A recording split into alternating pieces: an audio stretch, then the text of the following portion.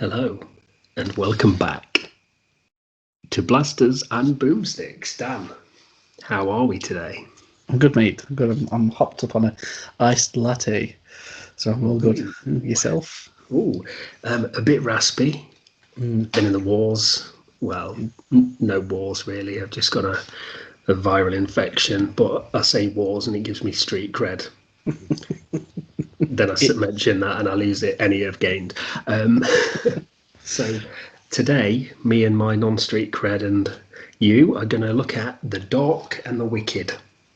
It's a 2020 horror film released fairly recently, and it's the story of set on a secluded farm in a rural town. A man is slowly dying as his family gather to mourn. A darkness soon grows, marked by waking nightmares and a growing sense that something evil is taking over. And I imagine Vincent Price's laugh from Thriller to come in at any moment as I'm reading that. oh, mate, it'd make anything better. Yeah, I was a little bit disappointed. I didn't think of putting it in our first dance for the wedding. Vincent Price is laughing afterwards. So, back to the movie. I believe Shudder are involved Yes, yeah, as usual. So, there's been some hit and miss with Shudder, but they always seem to at least try and pay a bit of attention to detail. And like I always find the cinematography good. The story at least tries and stuff. So what's your opinion? Your first initial opinion when you sat down to watch it? I went in completely blind. I'm really glad I did. I just heard good things about it. So visiting the many sites, many sort of horror film sites we do on Facebook, and Yes. so finger on the pulse, as it were. But yeah, everyone's sort of ranted about it and said it was really good. So yeah, just went in blind on all the people's recommendations, and I really really enjoyed it. It grabbed my attention immediately. As soon as I started watching it, it grabbed my attention, and it held it all the way to the end. I was really really impressed. Yeah, No. can't fault it, mate. Yourself? Yeah, I'm the same. I think it was. I come across the film not into. I'd come across it on a, when you're flicking through YouTube and you see like a screenshot before you hover over the video, and then you see like a little like a clip on loop, a few Yeah. seconds, and I saw a clip of Xander Berkeley with like a hat on and like milky white eyes, and immediately I was like, oh, like just again, it's just the framing of it, the because he wore some kind of priest outfit. Yeah. And totally forgot about it. And then until you mentioned that you had some really like positive buzz about the movie. So yeah, again, the same as you. As soon as you told me, I had to wait a few days to watch it, and I was like so eager to read into it, but not wanting to kind of know anything. So yeah, I had the same experience as you. Went in blind, and I think the movie it pays to just watch it without knowing anything. Definitely. Yeah. So shall we talk about the cast? Yeah. I mean, it's led up by Marion Ireland. There's Louise. So we've got Louise is she's in the farmhouse with a dying dad. Yes. So it's her and her brother Michael Abbott Jr. They're estranged from the parents. You'd say they're sort of something's gone on. The mum doesn't seem to want them there. Louise has been away longer. Michael sort of helps out around the farm, but even he's quite distant. You'd agree, yeah. Yeah, absolutely.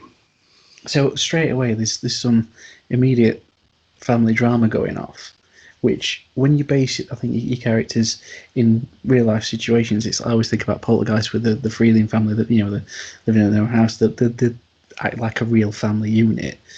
Whereas the Freeling family are quite a positive family unit. This is the other side of the coin, and it's believable. Yeah, absolutely. And all those performances are incredibly good. I mean, is it Julie Oliver Touchstone as the mum? Yes, yeah. She's great. It's such an understated performance. Yeah, you took the words out of my mouth. Like it's that understated. Straight away you do start to like like question her motives Mm. until we find out. We start to think like, is she a vessel? Is this something? Is this story going to focus solely around her? It's so like nothing but everything. It's Yeah, yeah, yeah, it's perfect. It's yeah. exactly it is like just a vehicle, isn't she, for the story Mm. in the most positive way. It's Yeah. yeah. I mean, I will give a shout out to Xander Berkeley. He's not in the film an awful lot, but he has Yeah. got a very good presence Yeah. in a lot of things that he does, and I do like what he did with the limited role that he had. Mm. I didn't even realise it was him to begin with straight away because he looks so haggard, and I don't mean that Yes, in a disrespectful way. But he's. I think you mentioned that he's got a similar look in Walking Dead. yes, So obviously I'm not up to speed with that, but yeah. So when he turned up, and I was like, I recognise that dude. yeah, And then when it sort of hit me, when I realised it, I was like, fuck me again. I absolutely love Xander Berkeley. He's brilliant. He's a fantastic yeah, actor. So just that elevated it even more yes. because he's a great character actor. He's a little star. Yeah, yeah, and I think that's the point. Is you've already got such a strong cast around him, and yes, they're not big names here, but they're actors that are competent, and they're actors that can like carry out what the story needs. Yeah, And I think sometimes that's the problem with some horror is you can immediately think, well, I think this person's safe. I think this person's going to have a bit of plot armor. This person isn't, and I think it's telegraphed because of that. Whereas when the cast is full of like competent, and I don't mean that in a oh you're just so right. I mean like really competent, like no egos. You know, mm, just being there, just like I said, that vehicle for the film for everything to work. It's like they're almost like a cog in the machine yeah, yeah. rather than the machine fitting around them. And yeah, so to have someone like Xander Berkeley just like walk in and walk out, and it's like part of you wonders and goes, "Oh, it'd be great to have a bit more of him in," but isn't that the key? Like, always want them leaving more. Yeah, yeah. So I mean, let's talk about sort of the story. I mean, how it opens up, and you got the sort of you get the daughter turns up. Just right before that, you get the little sequence where the mum is checking on the sheep in the barn. It's sort of like the barn's got it's like an outdoor barn yeah, section, isn't it? And it's full of like little bottles, and it's like a homemade wind chime, but it's bottles and keys yes, and stuff like that. And she's just doing a bit in the house, and she is them sort of crying out and everything. And what I liked about it was it built up almost like a typical horror where you think, right, this is going to be the first kill or the first death or the first whatever. So I was fully expecting, because I didn't know what the story was, I was fully expecting her to go out to the barn and get murdered or whatever. yeah, It was the fact that she goes to the barn, she checks on the sheep, and you get this fleeting glance of something hiding in the flock, yes, sort of crawled down, and then there's nothing. So it sets you on edge, and that's what I was really impressed with, because I was like, I still didn't know what the fuck was going on. I didn't know whether it was, for me, it could have been a criminal on the run, you yes, know. Hiding in amongst the sheep. It could have been anything. You can't see what it is. Um, and to her sort of reacting in an almost um, kind of blasé way, which obviously you sort of coming into it later when you realise that she's more aware of what's going on than everyone else. It's understandable that she reacts in that certain way. She's not overly terrified yes, of the ongoing stuff, but that set me on edge straight away. I was like, this has got me instantly. yeah, And obviously, and then daughter Louise turns up. You get the family drama, and then you get the odd behaviour from mum. And you yeah, get this almost dismissive. It keeps constantly telling the kids to leave. She doesn't want them there, and it does make you wonder. You start thinking, well, is she up to something? Like you said, you don't know what's going on in her head, or is she warning the kids without telling them that yeah, something untoward's going to happen? Um, what is her end goal? Why doesn't she want her children around the sick, dying father? And it's where normally everyone should come together at yes, that time of crisis, and for her to be pushing away, you're sort of thinking, oh, wow, hang on, there's something deeper going on here. and I wasn't disappointed at all with the outcome. I thought it was a great way to go. I don't know if you want to go into a few spoilers or. Yeah, I would like to, because when they, I think we get a scene, and for me, this scene encompasses everything about this film, working on like multiple kind of facets, angles, kind of thing. And for me, it's where the mum's in the kitchen, and everyone's going to remember it for the chopping knife, right? And it's horrible. You know what's coming, but usually you cut away. So mum is cutting away on the carrots. We're zooming in closer, and she chops her fingers off. Then then the fingers, the digits that are left, she continues to chop those up into little bits. Yeah. And oh my god, just thinking about it now, it's like, oh, it's giving me goosebumps. There's no, they don't shy away at all, do they? They don't pull any punches with it. No, and they don't do it in a ridiculous mashy way as well. They just do it as so clinical, matter of fact. And I think I'd like my fingernails in my mouth going, oh my god, don't show it. But I'll never look away at gore and stuff. But I was pretty uncomfortable with that. But there's just a section before, going back to working on multiple levels, where a chair just pulls up behind the mum as she stood at the. I think it's this scene, so I do apologise if I'm wrong, but I fear, I don't know whether it's just before that or this exact, or the scene just before she stops chopping, and it's almost like the demon or entity or anything that just pushes a chair beside her, almost to say, "I'm here." It's almost like she, like you said earlier, she knows it's there. He knows, or it knows, that they're kind of fighting back a little bit, and it's just cat and mouse. Yeah. And it's almost like, I imagine if it was a person, it's almost like them walking in, putting a chair down, sitting on it, like with the chair facing them, almost going, right, I think it's time now. Yeah. Yeah. And it's almost like a bit of a mental health warfare. Like it's psychological for both of them. It's not just this demon being a bit of a prick. Yeah. It is like, this is the way it's going and the way it's done. And mum's kind of tried to get the kids away without involving them, because if you were told that, you'd fight to help your parents. And this is to me the moment where it's like the film doesn't want to go, oh, let's just chop our fingers off and shy away. It's like, let's see everything, but first let's show you that there's this presence that's always there. And that was the more uncomfortable thing for me, is when that chair pulled up and stopped. There is no big jump scare, there is no turning around and something's there. It's just the fact that you then go, I don't really know this woman, I don't know if I trust her, but I don't want something bad to happen to her. Yeah. Yeah. And it's that danger that's always there, that threat. Well, you're right, because you don't want something to happen. But then the next thing you see, that she's hung herself. Yes. In the barn. So you've got that added layer. The kids are already almost grieving for the dad because he's on his way out. Then they've got to grieve for the mother. But then you get those extra weird bits. I mean, I said this about one of my favourite shots in the entire thing is where they're going to bed in the evening. They're all having sort of upset nights, aren't they? They're all having sort of things going off in the bedrooms and stuff. But son goes to the window, and he opens the window, and his mum, who has died, is floating just sort of shy off the ground, only very slow off the ground, like just sort of staring in at the window.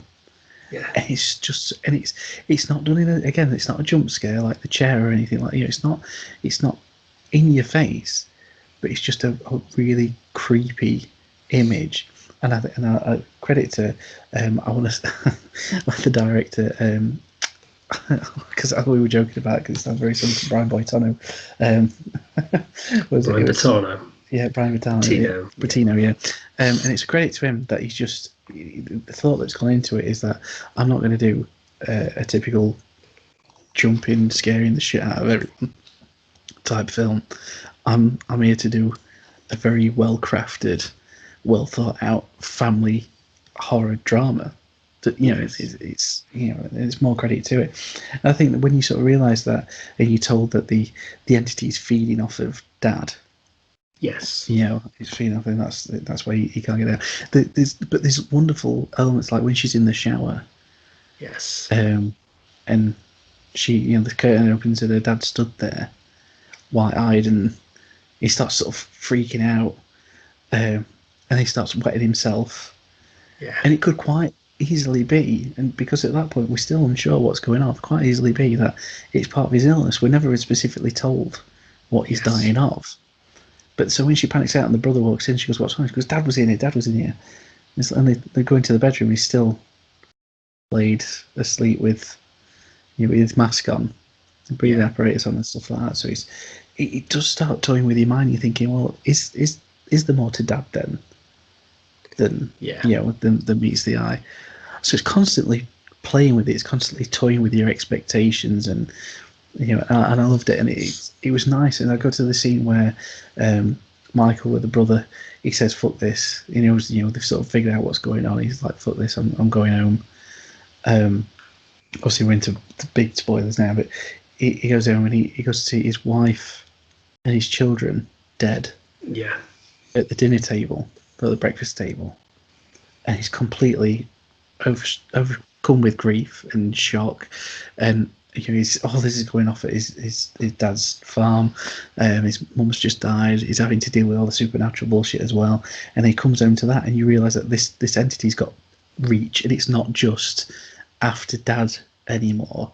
It's Yeah. come for the family. It's going to feed off the misery of the family now. It's sort of, and it won't let go.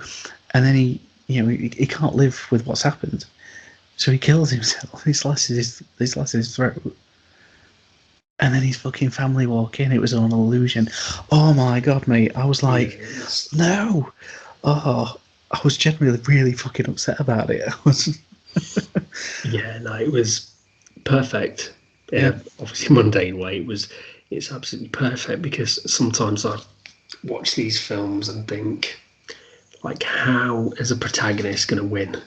yeah, And this film to me was the director going, let's approach this logically.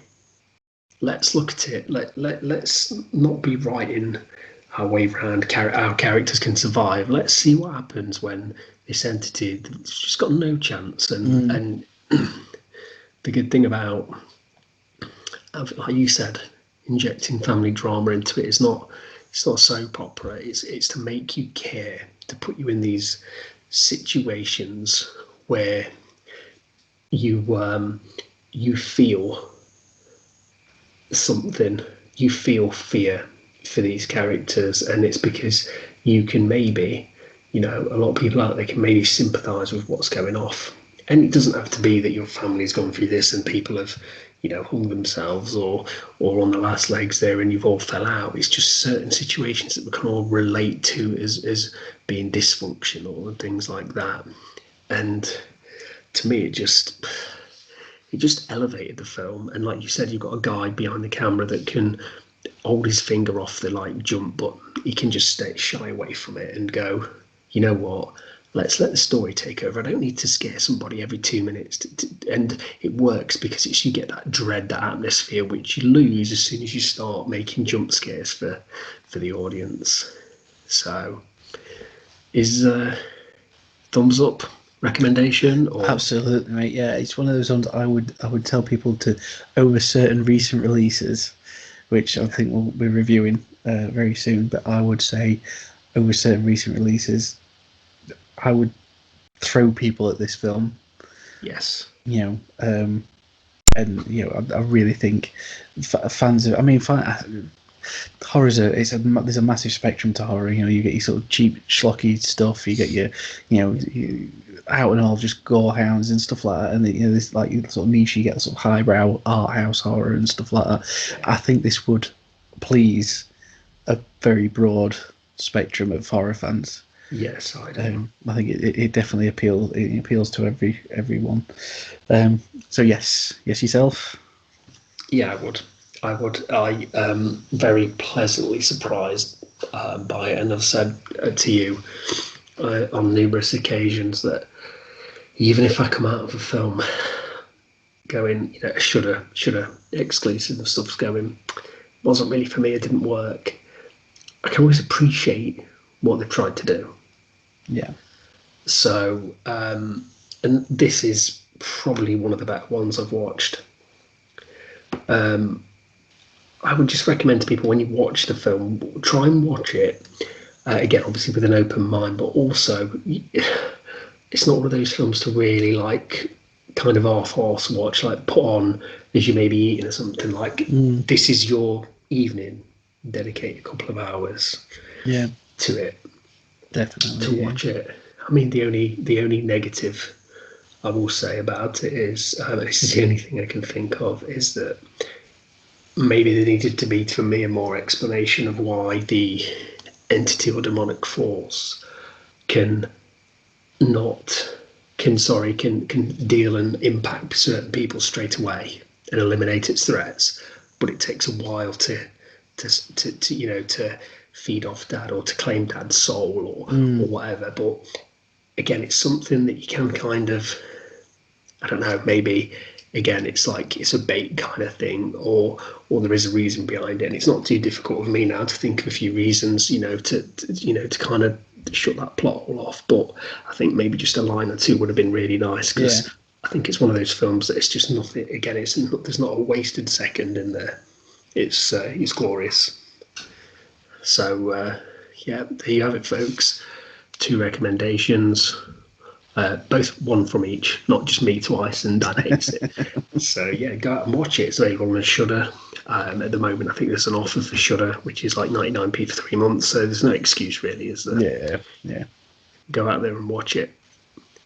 And as usual, we'd like you to subscribe, like, share, carry a pigeon. Just do a Bruce Willis from Die with a Vengeance with the sandwich board. Obviously, maybe not the writing that he's got on the front of that board. Just let everybody know. Just give us a share, guys. On all seriousness, we just share or a like. It's all we can ask, and yeah, we look forward to seeing you again very soon.